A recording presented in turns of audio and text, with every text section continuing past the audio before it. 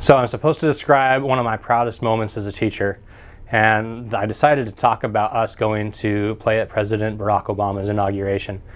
And for a marching band in Alaska, we were the only ones that were in the state practicing marching band at the time, and we built our tradition from the ground up with no support in the state really.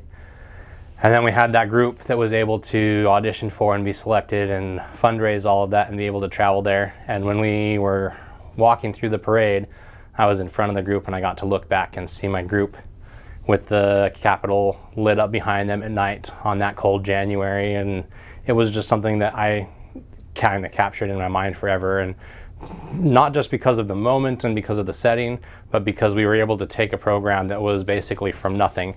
And in a matter of about 5 years, we were able to get to that point. And that was something that I will be proud of for the rest of my life.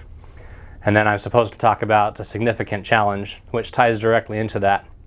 When I started teaching here at Colony, the first day, my first band class was 13 kids. And then I had my second class, so it was a lot bigger than that. But it was a struggling program. And I walked in the first day and I'm like, all right, let's just see where we're at. Let's play a B-flat scale. And they all said, what's that?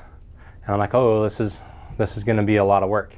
And it's been 15 years now, but that challenge has been to build a tradition and to have the kids buy in and to have the community kind of get behind it, and building that up from basically nothing to where we are has been something that was a huge challenge and something that I'm really proud of at the same time. And then I'm supposed to discuss some innovative ways that I use technology in my classroom. One of the things I've been doing this year that I've found really helpful is I use music notation software, and I'll just input 4 or 8 bars of a song from whatever part that's struggling, and then I'll put it on the Promethean screen transposed for all their parts, so they can all see like the trumpet 1 part or the flute part or the violin part, and then I'll have them play that, so they're not just sitting there while we're rehearsing one section. And then they get to see me using technology, and they get to see that being on screen. They get to hear and practice the other people's parts in their band or their orchestra, and then it helps them hear the other parts a little bit better. And that's one thing that has really helped our program grow this year specifically. And then one of the last things I'm supposed to address is ways that I've made a positive impact as a music teacher.